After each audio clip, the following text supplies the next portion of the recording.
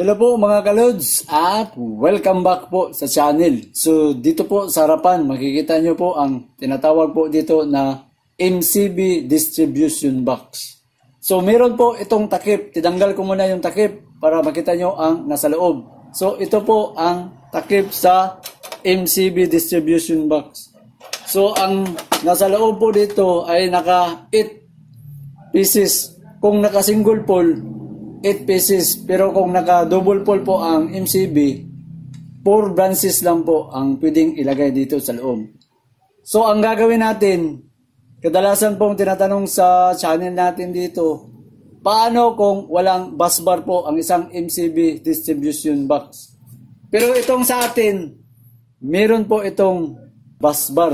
Pero dito po, ipapakita natin dito kung paano mag-install ng MCB na walang bus bar. Kaya gagawin natin, mag-i-install tayo sa banking wire type ang gamit kung walang bus bar pagbili mo sa MCB distribution box. Dalawang klase po ang gagawin natin para may pipilian po ang mga kalods natin kung sakaling walang bus bar po ang isang MCB distribution box. So, ang available lang dito, 4 branches lang. Pero kung gusto nyo ng 6 to 8, meron na mga ganitong mataas na MCB distribution box. For demo purpose natin, 4 lang ang available natin. So, pakita ko sa inyo, ito ang MCB type na circuit breaker. Tapos, 63, magpalagay natin na ito yung min na 63 ampere. So, ang paglalagay, naka-MCB po, naka-clip po sa likod. So, kailangan gumamit ka ng DIN rail. Pero pagbili mo sa distribution box, meron na pong DIN rail po dito nakalagay. Tapos, ang klase po sa mga ibang, katulad ng mga ganito, Roto ang brand, naka-clip. Ang clip, pwede mo lang i-clip pag nakalagay na sa DIN rail. So, ilalagay natin, ganun lang. Tapos, i-post mo yung clip niya sa baba. Kasi kung wala, matatanggal, ganun. So, i-post natin. Yan. So, lock na po yan mga loads. O yan. Tapos, ang next natin, so 30 ampere. Naka-Roto brand pa rin yung sa likod. So, kung makita nyo dun sa likod na nilagay natin, minsan naglalagay po ako ng mga rated indicator dito kasi pag na-erase na po yung indicator dito sa rated ampere sa isang circuit breaker na MCB, mahirapan na po kayo mga loads na ma-recognize. Kaya, para sure po kayo na sakaling ma-erase po ang nameplate dito, ilagay nyo na lang po ang rated main breaker o anong klaseng rated ampere sa isang circuit breaker. Para sakaling ma-erase po dito, so meron po kayong inilagay dito na rated. So yun ang pamaraan na, minsan naglalagay po ako ng rated dito sa ilalim. So ilalagay na natin, tapos post. Okay? So Roto brand ito. Itong sa kabila naman natin, ang gamit natin ay naka-chain brand po. So, spring type rin ang sa kanya dito. So, i-post lang natin. Okay. Tapos itong isa natin na 16 ampere. So, kung hindi madala sa post, yung sa baba, hahatakin mo itong sa baba. Dito, pababa. Ayan. Kabila. O, ayan. So, yan. Okay. So, nalagay na natin. So, mostly, ang ginagamit po sa bahay is ito po mga loads. Nakamin sa 63 ampere. Sa 30 ampere na gamit, kapag meron po kayong heater, so nabibilong po ito sa mga SPO na tawag natin. Tapos, ang 20 ampere, yung para naman sa convenience outlet. At itong 16 ampere natin, mostly ginagamit po para sa mga ilaw, lighting natin sa bahay. Tapos, ang paglalagay po dito sa wiring, dito, depende po sa design o gusto nyo. Pero ito, gagawin natin, nasa taas po ang ating paglalagay sa wire. So, dito po, mayroon po, ito yung tinatawag natin na bus bar. Ang paglalagay sa bus bar. Ito, pagbili ko dito sa chain na MCB distribution box, may sarili po siyang bus bar. Kaya madali siyang ma-install. Paano? So, pakita ko na lang paano siya mag-install. So, na-adjust po ang bus bar. Ganyan, no? So, may butas po dito sa taas. napakadali lang. Ilalagay mo lang ang bus bar dito. Ganyan. So, tapos na po. Yan na po ang bus bar na connection. Tapos, dito sa ilalim, dito po dadaan ang line side. Dito sa taas, ang papasok ang line side. Dito naman distribution natin patungo sa line side. At sa baba, dito naman ang load side. So, dito po nakadaan ang mga wiring sa load side para sa ilaw, outlet, at saka sa SPO. Dito sa baba, ang line side natin. Kasi nga, reversible type naman, pwedeng sa taas, pwedeng sa baba. So, dito papasok. Kung bus bar ang gamit. Sa bus bar, napakadali. Ihigpitan mo ang screw, tapos ka na. Pero ang gagawin natin, ipagpalagay natin na walang bus bar ng kalakip pagbili mo dito sa MCB distribution box. So, ang gagawin natin, dito ko na lang ilalagay ang diagram. So, ang nakalagay, sabi natin, naka 63 ampere tayo dito. Tapos, 30 ampere, 20 ampere, at saka 16 ampere. So, sa unang paraan natin, sa paglalagay sa banking wire, mostly, pinaka-basic po. So, ilalagay ko na lang ang indicator. Ang indicator, mostly talaga sa mga supply natin, may tinatawag tayong line 1 at saka line 2. So, kung dito po yung line 1, ito naman yung line 2. Line 1, line 2, line 1, line 2, line 1, line 2. So, ang pagbabanking wire, mga loads, so, ikukunik mo lang lahat ang L1. So, ang L1, maglalagay ka ng wire. So, ang wire dito mo idadaan L1, tapos L1, tapos L1. Yun ang pagtatapping sa banking wire. Tapos L2. Ang L2, dito natin ilagay ang L2, L2, L2, L2, L2. Oh. Siyempre, sa baba, nandito po ang wiring natin sa line side. So, ang gagamitin na wire, kasi nga, 4 branches lang. Pwede kang gumamit ng number 8 na THHN na wire. Kasi nga, 4 lang ang branches. Pero, kung aabot ito sa 6 to 8, malamang number 6 po ang gagamitin mo na wire. Pero ito, dahil 4 lang ang branches, 3 ang gagamitin. So, pwede kang mag-number 8 na THHN na wire. So, ibig sabihin, kung ano yung pumasok dito sa line side na number 8, ganun rin sa taas ang pag-i-install. Pareho pong naka-number 8. Kailangang sundin mo ang connection. Hindi ka pwedeng mag-crossing sa isang linya. Kapag nag-crossing ka, pwede itong mag-short circuit. Kaya nakikita mo sa red connection natin, line 1, line 1, line 1. Hindi pwedeng pasok sa line 2 kasi mag-short circuit. Tapos L2, L2 lahat. So yun po ang i-install natin na ganito na tapping ang gagamitin natin. Ito yung una. So, umpisahan natin mag-connection. Napakadali lang. Susundin mo lang ang L1, L1 lahat. So, siyempre, ito yung L1, ito yung L2, L1, L2 hanggang doon. Handa na wire dito mga loads. Ito, ginawa ko na wire. Naka-number 8 po ito. Naka-TSSN ang wire. Kasi pag TW ang gamit mo, mababa po ang ampacity. Mababa rin ang temperature. Mataas kasi ang ampacity at temperature sa mga TSSN na wire. Kaya pwede kang gumamit ng number 8. Na ganito na 4 branches lang. So gagawin natin, simple napakadali. Isasaksak mo L1, L1. So dito mo yan ilalagay mga loads. L1, L1. Yan. L1, screwhan muna natin para hindi matanggal. Screw, pag ganun na para makita. So next natin, maglalagay tayo ng isa. Yan, siyempre yung diagram natin. O makita pa ba? L1, L1, L1. So ilalagay mo dito L1, L1 katapping dyan. O, kita ba?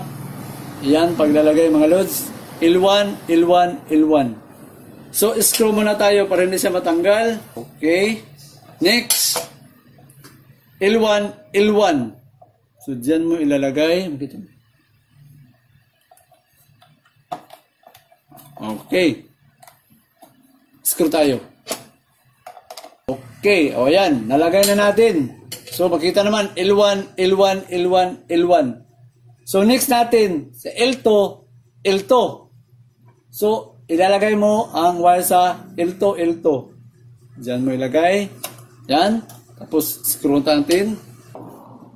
So, okay. Na-tapping na natin lahat. So, yan po ang mangyayari sa tapping. So, ngayon, siyempre, supplyan natin ito ng 220. Para makita natin yung function kung paano siya gumagana. Pero bago po ilalagay natin ang line side po dito, kailangan gumamit ka muna ng tester. Para malaman natin kung wala bang short circuit. Yun po ang pinaka-importante. Bago po tayo matapos sa pag-install, kailangan po mayroon siyang tester. Titingnan natin kung nakapasok ba ang mga linya dito sa tinatapping natin sa banking wire sa MCB distribution box. Kukuha tayo ng multi-tester na digital na gamit natin. So, meron tayong digital multi-tester dito mga loads. So, tingnan natin. So, pag nag-buzzer, ibig sabihin yan, nagka-continuity po yan mga loads. So, dapat, pag tester natin, hindi alarm. Kasi pag nag-alarm siya, nagka-short circuit po ang tapping. So, paano siya mag-tester ng ganito? Dito ka sa line 1 at saka sa line 2. Dapat hindi po mag-buzzer kasi pag nag-buzzer yan, meron pong short circuit na nangyari sa pag-tapping. So, ang gagawin natin, dito natin ilagay ang tester at saka dito. Dapat hindi po mag-alarm. So, ayan. So, ibig sabihin walang alarm. Okay na po ito. Walang short circuit. Siyempre, para malaman natin na nakapasok po ang linya sa baba, para dagdag na lang natin kung sakaling mag-troubleshoot po kayo, pwede nyo magamit. So, i-switch on natin ang breaker sa 30-20 at saka sa 16. Switch on natin. Yan. So, ang purpose natin, susubukan natin na nakapasok ba ang linya dito sa connection galing sa taas, sa line side natin.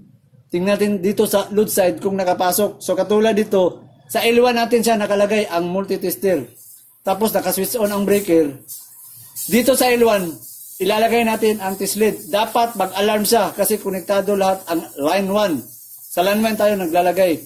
So tingnan natin dito sa line 1. Dapat mag-buzzer po siya kasi nga konektado ang line 1 natin dito. So line 1.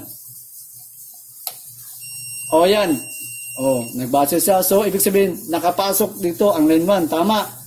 Kung dito sa to, siyempre wala namang alarm yan kasi nga line 2, magkaibang linya. So, through dagdag information, dapat wala siyang alarm. Yan. So, ibig, walang short circuit sa L1, L2. So, sa pangalawa, dapat mag-alarm din. So, ang purpose natin, dapat okay ang connection, dapat okay rin ang circuit breaker. Kasi mayroong mga circuit breaker na kahit bago, magkakaroon ng defect. So, yun, tinitingnan natin. So, tapos tayo sa 30, sa 20 tayo. L1, dapat buzzing. So, ayan. Nag-buzzing. So, pasok. 16 tayo. So, nag-buzz din. So, ibig sabihin, nakakonektado na pababa lahat dito mga lods. Ang L1 natin. Tapos, kung mag-testing L2 tayo. So, importante rin ito. Importante po ito. Lalo na kung luma na yung mga breaker na magtutrouble ka. Ito kailangan rin para malaman mo kung naka-throw into sa pasok sa switching. Sa L2 na nakalagay ang test lead natin. So, L2 tayo. Okay, alarm. Sa 20. Alarm. 16. Hindi siyang alarm. Oh, hindi. So, check up na natin to. Walang alarm sa 16 ampere. So, katulad dito wala. L2. O yan. L2. So dito, nakita natin, walang buzzer. So may kunting mali o lost contact o hindi tama ang pagkakoneksyon dito. So tingnan natin sa 16 kasi hindi naman siya nag-alarm dito sa L2. So luluwagan natin. Baka hindi na-fix ng maayos. Luwagan natin ang 16 kasi hindi nag-alarm dito. Baka hindi nakapasok ng maigi ang wire. Tama, hindi nakapasok. So, ito, pasok na. Hindi nakapasok ng maigi ang wire sa terminal. Okay. So, testing tayo ulit. So, ayan, makita-kita na hindi nag-alarm. So, hindi nakakonect ng maayos. So, tester mo na. Okay, alarm. Naka-auto ang tester. So, balik tayo sa L2. L2. Yan. Makan mo natin. L2. Kanina, hindi nag-alarm. So, pinix natin kasi hindi nakapasok ng maayos. So, L2. Dapat pag-alarm ang tester natin. L2, wala pa rin. Bakit tila? L2. Nagka-trouble na. Hindi pa na. Dito, kung makita mo, naka-buzzer siya sa L2. Pero dito mo ilagay sa L2 isa, wala. So, ibig sabihin, baka ito hindi rin maganda pagka-tapping dito yung L2 natin. So, check ko muna ito. Baka may hindi na-fix ng maayos ang connection dito. Luwagan ko muna itong L2. So, L2, baka hindi na maayos pagkalagay. Okay. So, testing tayo ulit. So, yung nakapasok na yung wire. L2. Tapos, L2 dito sa kabila. L2. O yan, tumunog na mga lods. So, nakuha natin yung wire hindi may saksak doon. Yan, sa baba. So, okay na. Natrouble natin. So nga, kaya nga ingat sa pagbabangking wire kung naipasok ba ng tama yung wire sa loob. Kasi minsan naipasok mo nga tapos hindi naman nakalak ng maigi. Kaya yun ang nakita natin na problema. So, kunting ingat sa pag-wiring dito sa banking wire. So, okay naman na solve na natin. Ang gagawin natin, maglalagay tayo ng indicator. Indicator light na muna. So, meron pa akong indicators. Tapos, siyempre, yung sinasabi natin, naka number 8. Number 8 din sa baba, sa line side. Ito po mga lods, ang number 8 natin. May kalakihan rin. So, pwede mong idaan sa taas at pwede mong ibaba sa baba, dito sa baba. So, dito na lang natin sa baba ilalagay. So, ito naka-off pa naman ito. So, no problem. So, dito natin ilagay. So, ang gamit natin, line to line. So, kahit magkabaliktad po ito, pwede lang. Pero kung naka-line to neutral po kayo, so idagdag natin. Kung line to neutral po gamit nyo, tapos naka 2 poles po ang gamit nyo, yung line 1, naka-color black, yun ang line. Tapos ang neutral, naka-white. So, hindi pwedeng babaliktad po ang linya kung naka-line to neutral po ang gamit mo. Ibig sabihin, lahat ng L o line, lahat po na line mo, doon nakatapping ang black sa line. Tapos ang neutral mo, yung white. Pero to gamit natin. Line to line po gamit natin. So, nasa baba ang line side natin. So, depende po sa design. Sabi nga natin, pwedeng idaan sa taas, pwedeng sa baba. Okay.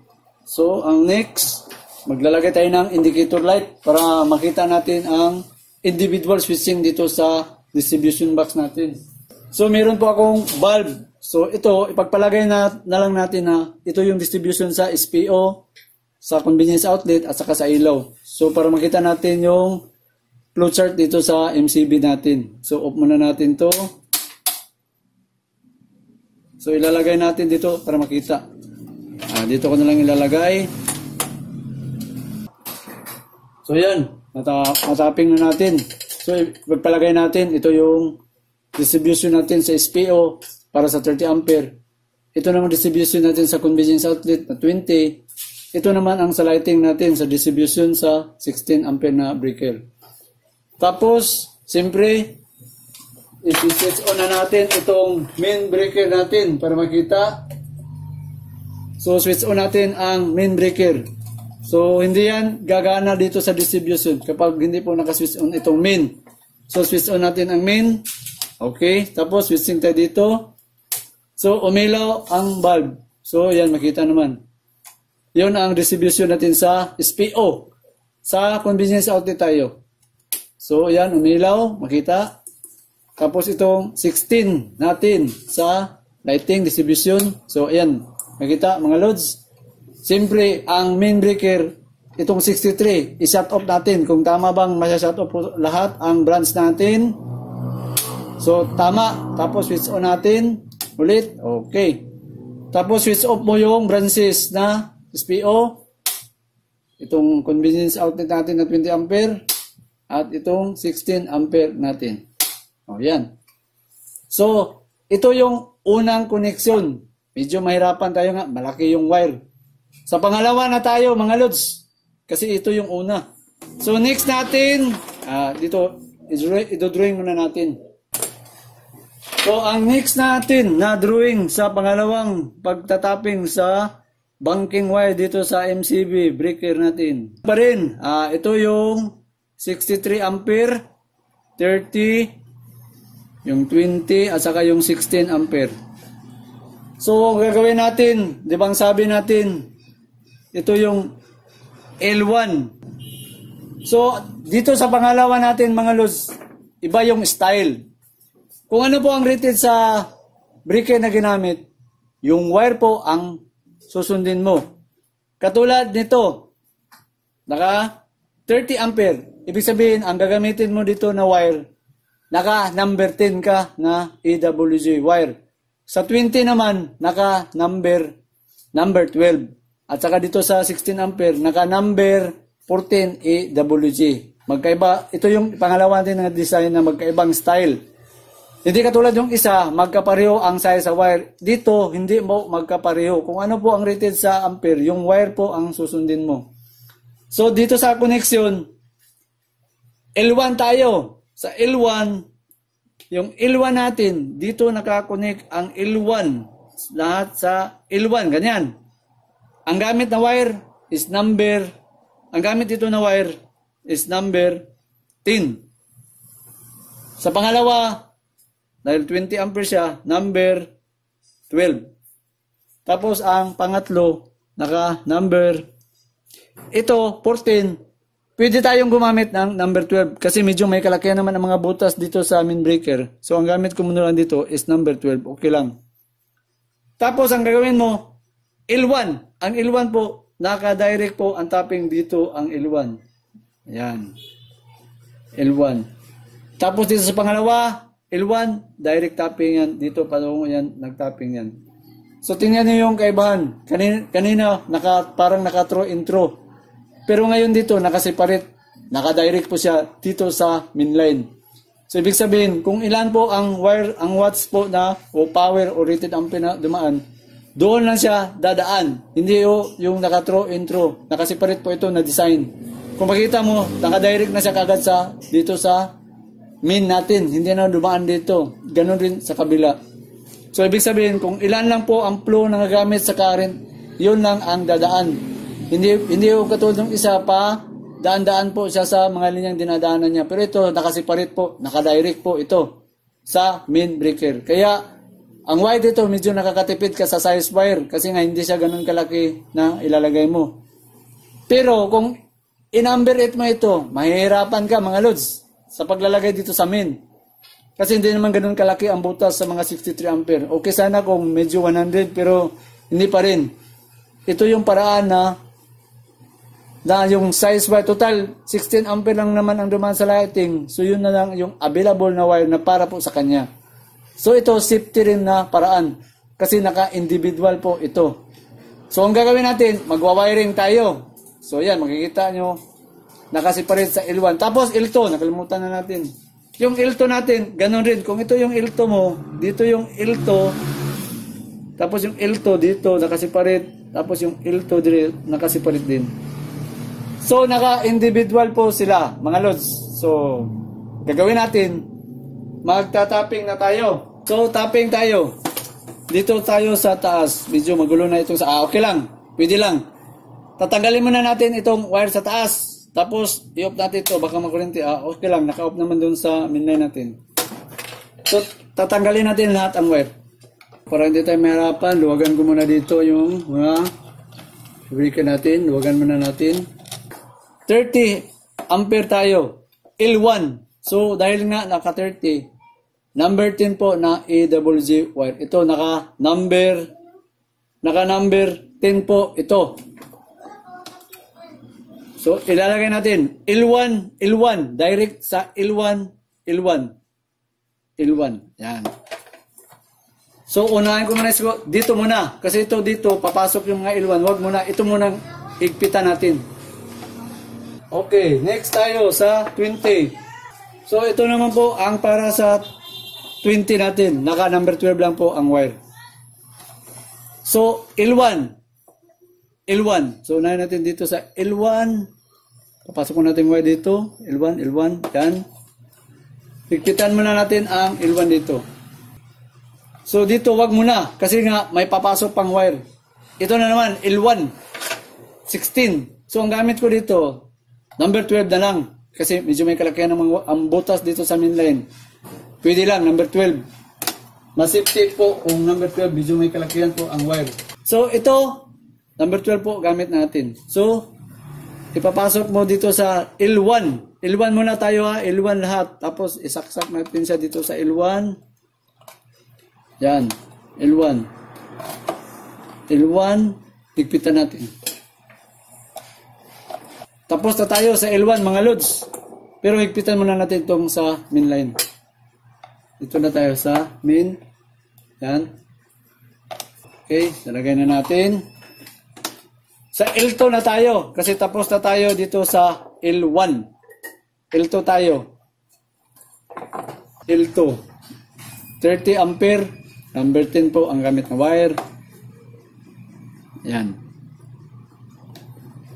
Okay. L2. L2. L2. So, lagi mo tandaan na hindi ka mag-cross section. Dito muna. Okay. So, next. Next natin. Ito. Dito natin ilagay. Yan. So, yung L2, dito sa amin, huwag muna natin higpitan. Dito lang muna sa isa. Kasi kulang pa yung isa dito. L2 tayo, L2. Okay, L2. Next, itong isa na lang. Itong isa natin, number 12, 16, dito natin ilagay, L2. Yan, L2. Higpitan natin dito L2. Okay, nalagay na natin sa L2. So, dito tayo sa main L2. Higpitan muna natin dito ang main L2 natin. Okay. So, yan po. Nahigpit na natin. So, the same as usual. Magtitester tayo kung nakapasok ba siya. So, lagi mong tandaan, i-off muna natin itong main. So, kasi nga, may supply tayo ginamit dito. Ito, naka-off naman. So, pwede tayo magtester dito. Dito tayo magsusubok sa L1. Diba sabi natin L1, tingnan natin kung nakapasok. Total, naka-off naman ang main. Pwede natin itong switch on. Switch on, switch on, switch on. So, tandaan mo mga lods, hindi naman nakapasok ang supply dito kasi nga naka-off. Ipagpalagay, kasi nga live na ito sa baba. Ang gagawin natin, mag-trouble tayo kung nakapasok ba lahat dito sa, makapasok ba sa baba. Yung ginawa natin kanina, ganun pa rin. Yung L1, test tayo dito sa L1 kung nakapasok ba sa L1. Naka-off naman dito. Okay, buzzer, kasiro, yan. So, dito tayo sa L1. So, dapat nag-buzzer itong L1. Kasi nga L1 itong nakalagay sa test lead natin. L1. So, yan. Naka-buzzer, pasok. Okay, yan, madidinig ba? Sa pangalawa tayo sa 20 ampere. Yan, pasok rin. Sa 16, L1. Ayan, umalarm. Sa L2 tayo. L2. Ito, L2. L2. L2. Okay, alarm. Dito sa kabila. Pasok. Dito. Pasok rin. Tapos, tester tayo sa L1, L2 dito sa main. Importante yun. Baka mga short circuit, mga loads. L1, L2 sa main tayo. Yan. So, ito, walang alarm. So, safe tayo. Walang short circuit kasi nga alarm. So, pwede na tayo mag-testing. So, gagawin natin, isi-switch on natin itong main breaker natin. So, i-off muna natin para makita yung individual. So, switch on, main. Okay. Lighting. Lighting. Dito sa SPO tayo. Yan, umilaw po. Yan, makita ba? Okay. SPO, distribution. Sa 20 tayo. So, umilaw. Yan. Sa lighting. Okay. Tapos, i-switch off natin ang main breaker para makita natin. O yan. Importante po ang main. Para sakali pong may emergency, may usok o magkaroon ng spark, diretso ka na sa main. I-off mo na para safety na po. Yun ang pinaka-importante, yung main. Kasi kung dito ka sa branch, hindi mo alam kung nasaan yung nakalukit yung umuusok o may short circuit o ano bang nag-spark, dito ka na sa main. Tapos, ibalik natin yung switch sa main. Yan. Off natin ang SPO. Okay, naka-off. Next, yung convenience outlet, naka-off. At saka yung lighting. So, ayan po, mga lods. Ganun lang kasimple. Tapos, ito yung takip para makita nyo naman. Ganun po ang takip sa MCB distribution box. Simple, malinis po. Yun ang kaibahan dito sa mga MCB. Malinis pong tingnan. Tapos, pwede mo switch on na gaganyan at off mo ang main breaker. Okay. So, bago tayo magpaalam, mayroon pong nagpapa-shoutout po dito sa channel natin. So, isali ko na lang kasi nagpapa-shoutout. Shoutout na lang natin si Marinaw Kuguyukan. Tapos, pangalawa, ang huli si Junhar Sadalan from Tawi-Tawi. So, isali ko na lang itong mga palagi pong join member natin. So, simple po, nandun pa rin si Papa Boy, si Home Solution Iloilo, si Allen Acerto, si Ruel Huerto, si Barry Canyete, si Michael Amador, si Rodel Daguhoy, si Rafaelito Bayato. So hanggang sa muli mga kalods at maraming salamat po sa panonood po.